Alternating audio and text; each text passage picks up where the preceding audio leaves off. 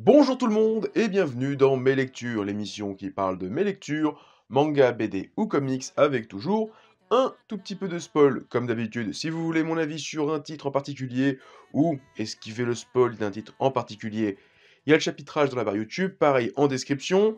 En description, vous avez aussi un lien vers tous mes réseaux, Twitter, TikTok, Instagram. Voilà, alors avant de commencer, pensez aussi à mettre un petit pouce bleu, à laisser un commentaire, à partager. Ça coûte pas grand chose et ça permet à la vidéo d'être mieux référencée sur YouTube et à la chaîne de grandir. On a dépassé depuis quelque temps les 3500 si je dis pas de bêtises. Donc voilà, sur ce, on commence maintenant.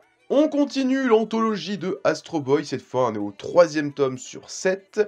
Il y a 5 histoires qui sont sympathiques. Alors de ce que j'ai vu en allant encore une fois, hein, je me le répète, sur la vidéo du copain, la capsule manga, il y a un petit PDF dans la vidéo avec le listing de tous les chapitres et quand est-ce qu'ils sont sortis.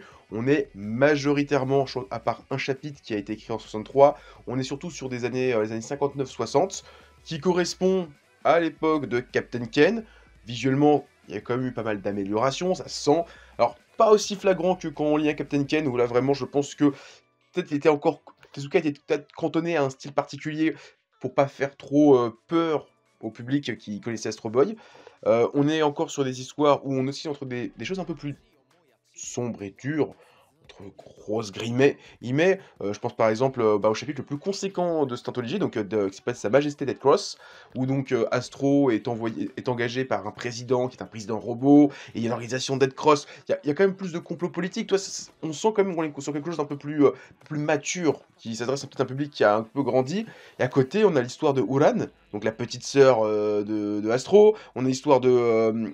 il y a aussi le petit frère de Astro que je ne connaissais pas. Pour moi, il n'y avait que Uran qui apparaissait dans Pluto. Le petit frère, aucune idée, je le connaissais pas. Voilà, j'ai bien aimé l'histoire aussi avec la planète blanche, avec la relation entre un frère et un sœur. Les hommes végétaux étaient sympathiques aussi, par rapport à ce côté écologique qu'on retrouve en plus dans les œuvres qu'aura fait Tezuka par la suite. Donc voilà, j'ai trouvé quand même que, en termes de thématique, il y a eu un léger bond en avant, notamment avec Dead Cross, qui pour moi est vraiment le plus flagrant de tout ce tome-là. En termes de dessin, il y a aussi des améliorations, mais voilà, je me suis lu derrière Captain Ken et là, c'est le jour et la nuit. On parle maintenant de Captain Ken, le second et dernier tome de cette série qui mélange western et space opéra, conquête de l'Ouest, Mars, etc., les aliens. Vraiment très très cool. Alors, je suis toujours aussi fan du découpage Tezuka. Il fait très film western spaghetti par moments, il y a des petits plans vraiment sympathiques. Le mystère autour de Ken est résolu dans ce tome-là. Et what? Tezuka, franchement, je pense qu'il a. Alors, je ne l'ai pas dit, mais il y a une petite postface à la fin qui explique un peu le contexte de quand est-ce qu'a été écrit Captain Kidd, etc. Par rapport en plus à toute la bibliographie donc, qui a été fait par Xavier Hébert, si je dis pas de bêtises. Je vais revérifier, je dis pas de bêtises. Xavier Hébert, et à la fin, il y a aussi une bonne petite dizaine de pages entièrement en couleur. Donc, c'est censé être les frontispiece. Donc c'est les pages de garde, la première page d'un chapitre qui était en couleur, qu'il y aura aussi normalement dans les Blackjack, si je dis pas de bêtises, et dans d'autres séries Tezuka de chez Issan, parce que allez voir ma vidéo interview. Voilà. Donc vraiment très très cool. Donc la résolution autour de Ken, et donc qui est-il réellement? Je m'y attendais pas. Vraiment, quand il y a la révélation, j'ai fait ah ouais, il a fait fort. Parce que c'est pas comme.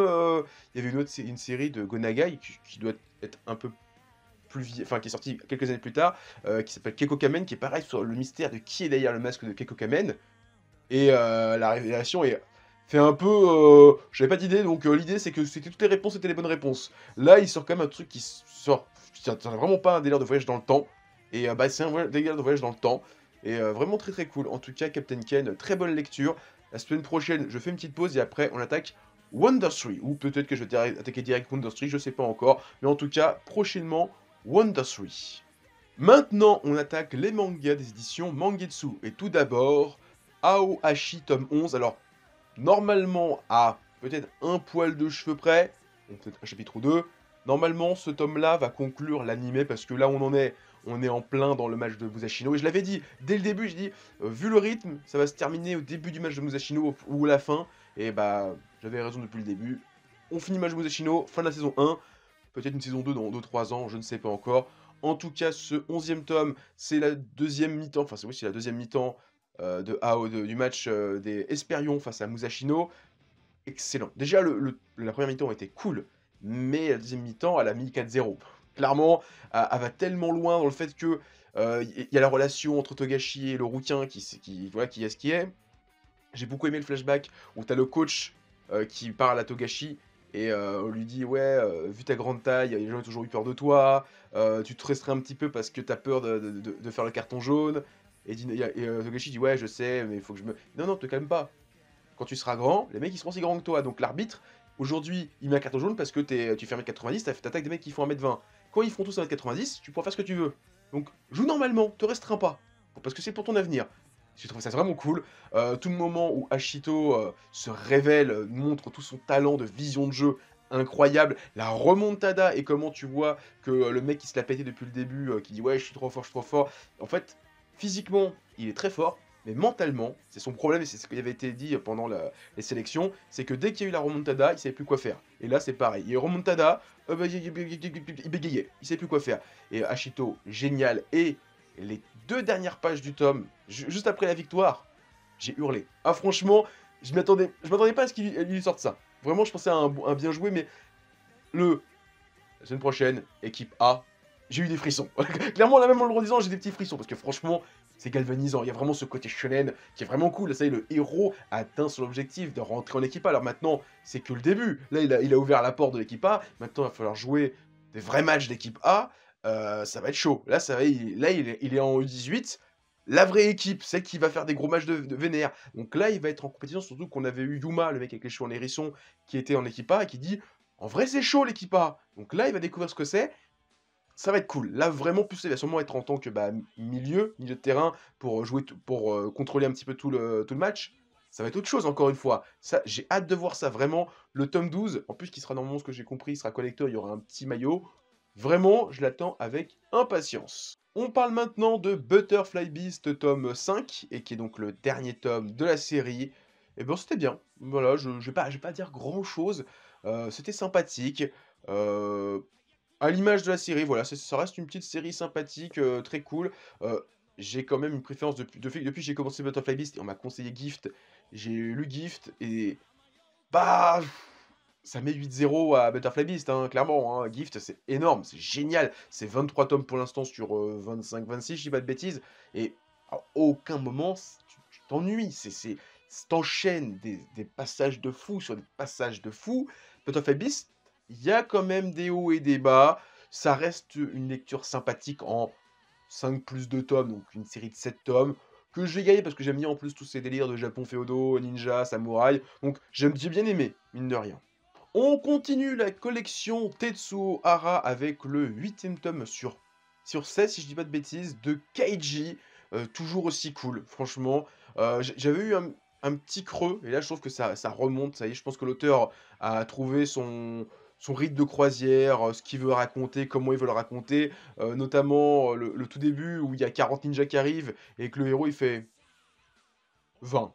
C'est pas qu'ils font 10, 10, 10. Il fait ouais, on est 5, vous êtes 50, on va tous vous niquer. Et genre, il met un coup de lance, il en tue 10 d'un coup.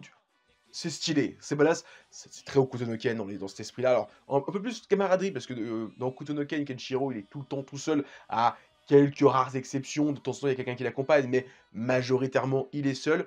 Là où Keiji a l'air d'avoir plus une petite compagnie qui l'accompagne, ça fait plaisir. J'ai bien aimé la fin avec le mec de Kabukimono.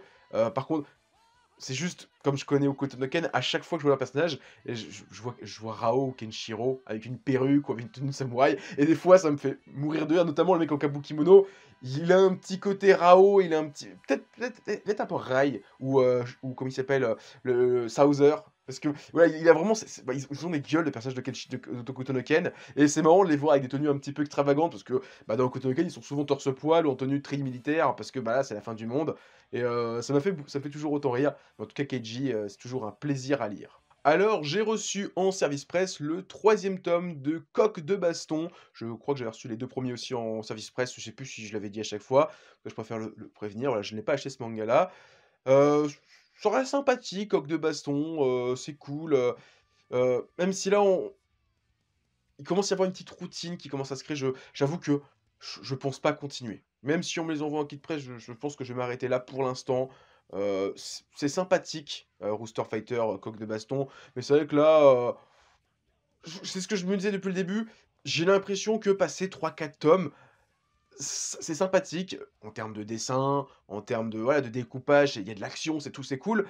Mais c'est vrai qu'au bout d'un moment, bah, tu tournes un peu en rond avec cette histoire de coq, qui tue des démons. Alors même s'il y a une histoire sympathique avec un démon où, bah, il a failli devenir un démon parce qu'il avait un cancer, qu'il allait mourir et qu'à la dernière minute on lui dit que, bah, non, tu as pas de cancer et donc le démon est apparu, il dit: «Bah, j'ai plus de raison d'exister parce que, bah, tu plus de malheur» et donc voilà, il y a toujours ce délire de malheur qui me rappelle un peu Jagan et d'autres séries et c'est vrai que bon, bah, là, j'arrive au 3e tome et bah, il y a rien qui m'a continue à m'accrocher, donc je pense que je vais pas continuer la série. On passe maintenant à Glénat et le 4e tome de Sakamoto Days, toujours aussi cool. Alors on finit, l'arc où, je crois que c'est Shin qui devait se faire enlever, mais c'était pas Shin, c'était, Shao Tanlu, donc la chinoise qui vient de la mafia. Elle s'est fait enlever, en fait, ils avaient confondu avec Shin, avec le fameux mec, tête de cerf et l'homme invisible et autant l'homme invisible, le combat avec, Shin et le sniper était super cool, autant je vais pas dire qu'il était moins bien le combat contre le cerf avec, Sakamoto, mais c'est juste que le mec avec une tête de cerf avait une prestance de ouf. Il a retiré son masque et c'est un peu comme Kylo Ren, dans Star Wars. Dès qu'il a retiré son masque, charisme -1000 et bah, là, je trouve que c'est le mec avec ses cicatrices partout. Autant j'ai trouvé que ses bras, épais, c'était cool, mais dès qu'il a retiré son masque de cerf, je sais pas pourquoi, mais le fait d'avoir un visage humain, j'ai fait: «Ah, bof, je préférais ta tête de cerf». Ça te donnait une une une aura beaucoup plus menaçante. Il y avait ce côté animal un petit peu étrange qui était vraiment cool, avec surtout avec les bois et là, bah, juste osef. Ensuite, on va avoir un arc, on a des chapitres un peu plus slice of life où on fait plein de petites histoires qui n'ont pas forcément de lien, où tu finis le chapitre, donc c'est des one shot, hein, c'est des stand-alone et là, à la fin, on arrive sur un arc peut-être plus conséquent sur Shao Tanlu, donc la fameuse chinoise où la famille mafieuse, donc sûrement des triades, débarque et donc on finit là-dessus. Donc sûrement un prochain tome beaucoup plus centré sur ce personnage-là, là où la fin du tome 3 et le début du tome 4 étaient plus centrés sur Shin et ses origines, d'où il a obtenu ses pouvoirs de lire dans les pensées. Mais en tout cas, Sakamoto Days, toujours aussi bien. Alors, j'en parle vite fait parce que j'ai pas forcément pris le temps de le lire, mais je vous ai fait une vidéo dessus il y a même pas un an. Sanctuary de Ryoichi Ikigami et de Sho Fumimura, de son vrai nom, Boronson, enfin de son autre alias Boronson. J'ai fait une vidéo cette semaine sur Trillion Game, donc dessiné par Ryoichi Ikigami et écrit par Inagaki, alors j'ai plus son prénom, Richiro, je crois, c'est Richiro Inagaki, donc le scénariste de Dr Stone et de High Shield 21, donc qui font un manga, vraiment cool sur, un otaku, un peu geek, informaticien, hacker et un mec qui a un peu une grande tchatche et l'objectif, c'est de créer une entreprise qui va faire 1 000 000 et gagner 1 000 000 de dollars, donc avoir 1000 milliards de dollars. Donc c'est vraiment cool. Pour l'instant, il y a 4 tomes au Japon, mais allez voir ma vidéo Manga Show et Sanctuary, bah, j'ai fait une vidéo dessus, en début d'année. C'est un manga que j'aime beaucoup et bon, j'ai l'édition Kabuto je l'ai acheté d'occasion il y a 3 4 ans, voire peut-être même plus que ça. Je sais plus, voire peut-être même plus que ça en vrai. Elle a pas mal d'années, elle est vraiment vieille et j'avoue que j'ai pris le tome 1 déjà pour me faire une idée sur le produit. Il est à moins de 15 €, je crois qu'il est 14,95 ou un truc comme ça. C'est moins cher que Rakai Blues, lui, il a les pages couleurs. Le même format, les pages couleurs. Donc voilà. Donc je l'ai pris pour les pages couleurs, pour les voir. C'est super. Je pense aller jusqu'au bout de cette édition. Déjà, pour encourager Glénat à peut-être sortir d'autres titres dessinés par Ikegami, genre Crying Freeman, Hit, et j'en passe des meilleurs, parce que, mine de rien, c'est un auteur où il y a eu beaucoup de titres qui sont arrivés en France fin 90, début 2000. Beaucoup d'éditeurs se sont cassés les dents en éditant 3 4 tomes et en s'arrêtant en plein milieu, notamment ça. Sanctuary. Il y a eu Kabuto une première fois, Glénat qui a sorti 2 tomes, Kabuto une deuxième fois qui a édité l'intégrale et après basta. Et d'autres séries où il y a eu 4 5 tomes et puis basta. Et donc j'aimerais bien que ça soit une sorte de porte d'entrée pour peut-être une collection Kigami chez Glénat. Donc j'irai jusqu'au bout et je pense que je me revendrai mon édition Kabuto, sauf si entre temps je fais une comparaison, ou je trouve quelqu'un qui fait une comparaison entre les deux et qui me donne vraiment envie de pas continuer ça, mais pour le format, pour les pages couleurs et pour le papier, il y a quand même le papier de Kabuto, il a quand même, il est un peu rêche, il a pas mal jauni. Celui-là, je sais pas comment il va vieillir, mais en tout cas, rien que pour le format un peu plus grand, c'est quand même cool de pouvoir découvrir, enfin redécouvrir l'œuvre de Ikegami. En tout cas, si vous voulez plus d'infos sur ce manga qui mélange politique et mafieux, allez voir mon Mangaverse. Je sais plus, je crois que c'est peut-être 5 ou 6, la saison 3, qui est vraiment cool, qui fait un petit quart d'heure, où je reviens en long, en large, en travers sur le titre, les petites références aussi un petit peu historiques, parce que bah, le manga était écrit dans les années 90, à une époque où il y a eu une grande dépression au Japon, donc il y a un petit côté très... les auteurs ont un petit peu la haine envers les politiciens, qui étaient un petit peu des petits vieux à cette époque-là, qui sont toujours des petits vieux sûrement au Japon, j'en dis pas plus, mais en tout cas, allez voir mon manga show, enfin mon manga show sur Trillion Game, allez voir mon Mangaverse sur Sanctuary pour vous donner des infos, et en tout cas j'en reparlerai sûrement. Là c'était vraiment juste pour vous en reparler vite fait, même si j'ai vraiment pas du tout lu le bouquin. Alors j'ai déjà lu le manga une fois ou deux, hein, mais là j'ai pas lu cette édition. On passe maintenant à Pika Édition, et on commence avec une petite déception. C'est le 14e tome de Orient, et ça faisait quelques tomes où je suis pas à fond dedans, et là vraiment ce tome là il m'a achevé. Je suis pas allé jusqu'au bout, il m'a saoulé. Vraiment je suis un peu saoulé d'Orient, et je pense que je vais mettre en pause le manga, reprendre peut-être quand il y aura 5, 6 tomes, peut-être tout me relire, et j'apprécierai mieux, mais ça fait plusieurs fois que je me dis faut que je me relise tout le manga, et je pense que je vais mettre le manga en pause et en reparler plus tard. En tout cas voilà, je vais pas en dire plus, pas perdre de temps.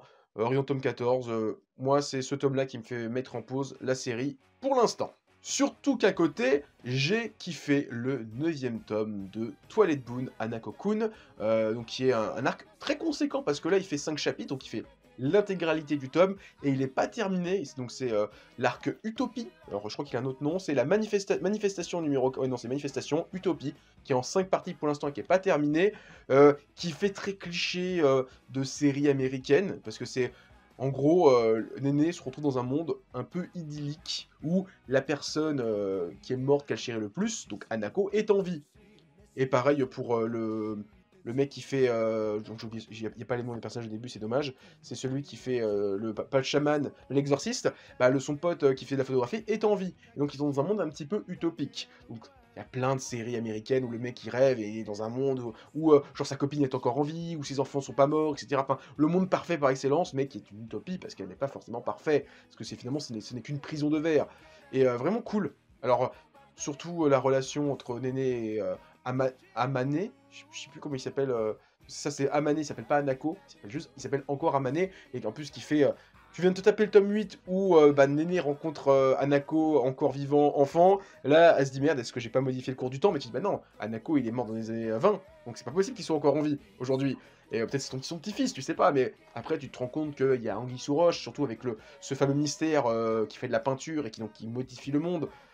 Vraiment très très cool. Ah, vraiment là, je trouve ce tome-là, alors, dans l'idée, très simple, mais comment ça se déroule, j'ai kiffé. Vraiment, j'ai surkiffé, vraiment super bien. En tout cas, Toilette Boon, toujours aussi bien, surtout que avant je me suis tapé Orient, et après je me suis lu ça, et j'ai fait « Ah ouais, bah ça je kiffe, ça c'est du bon manga, comme j'aime. » Et on continue avec du très bon, le 11e tome de Kaguya-sama Love is War. Alors on est toujours en plein dans la saison 3 qui est adaptée il n'y a pas très longtemps sur Crunchyroll et Wakanim peut-être, mais j'ai plus Wakanim donc je ne saurais pas dire. Donc là on est essentiellement sur un tome autour de Ayasaka, parce qu'il y a plein de choses qui se déroulent autour d'elle en fait, notamment t'as le moment où Fujiwara va dormir chez Kaguya, et donc on découvre que Ayasaka se fait passer pour un garçon auprès de Fujiwara. Il y a tout un délire où ils appellent le président, et il dit ouais, il y a la soeur du président, il dit ouais, mon frère il est amoureux de quelqu'un, il communique tout le temps avec Ayasaka.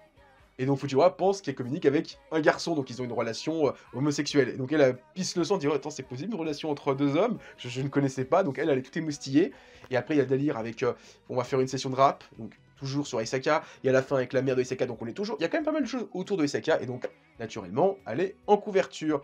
Il y a des trucs sympathiques aussi autour de Shirogane, je crois que c'est ça, hein, c'est le trésorier, donc qui est le béguin pour sa senpai, qui est du club de gymnastique.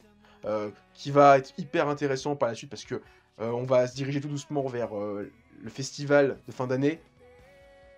Franchement, cet arc était oufissime en animé. J'ai hâte de voir comment ça va rendre en manga. Bah, y a un truc qui est là où je trouve que l'anime a vraiment été super bon, c'était le moment où, Shirogane, donc le président, fait un gros battle de rap avec Fujiwara et tout le monde et il y a une mise en scène de ouf, forcément qu'on ne retrouve pas là, qui est beaucoup plus classique, standard dans le manga. L'anime avait vraiment fait un travail de fou furieux, et surtout qu'il avait vraiment enchaîné tout ça.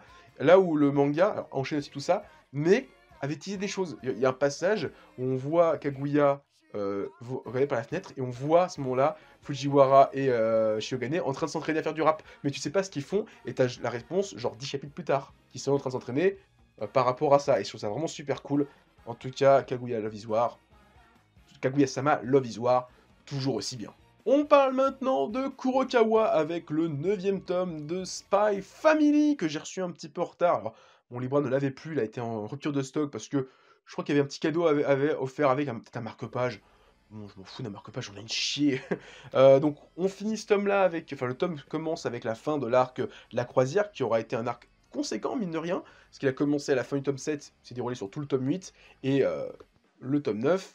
Vraiment très très cool. Après ça, on revient sur du plus classique dans Spy Family, donc à savoir des chapitres standalone, où voilà, on n'est pas sur une succession d'intrigues qui va se poursuivre comme la croisière sur un tome entier.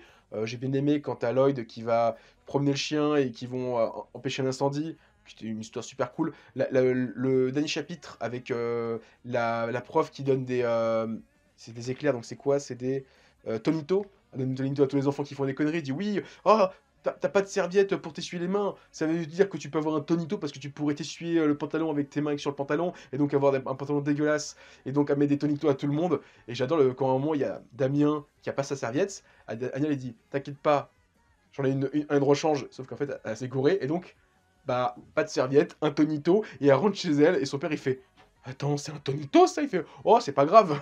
Et Lloyd il tombe dans les pommes. Vraiment très très cool. Encore une fois, c'est toujours aussi sympathique Spy Family. Voilà. J'ai vivement la saison 2 qui devrait arriver dans pas longtemps sur Crunchyroll.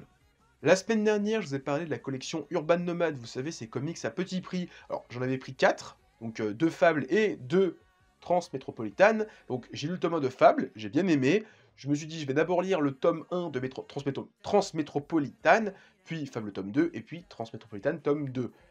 Donc je ne connaissais pas, je sais que c'est le Community Comics qui est un grand fan de cette série, qui en vante les mérites en disant voilà, là vous avez plus de raison de pas le prendre, 7,90 € pour 304 pages. Donc franchement, le format d'un plus grand qu'un manga, on va dire, plus grand qu'un manga classique, pour le même prix, avec plus de pages et entièrement en couleur, là, si vous vous dites que c'est trop cher, vous êtes juste des casse-couilles.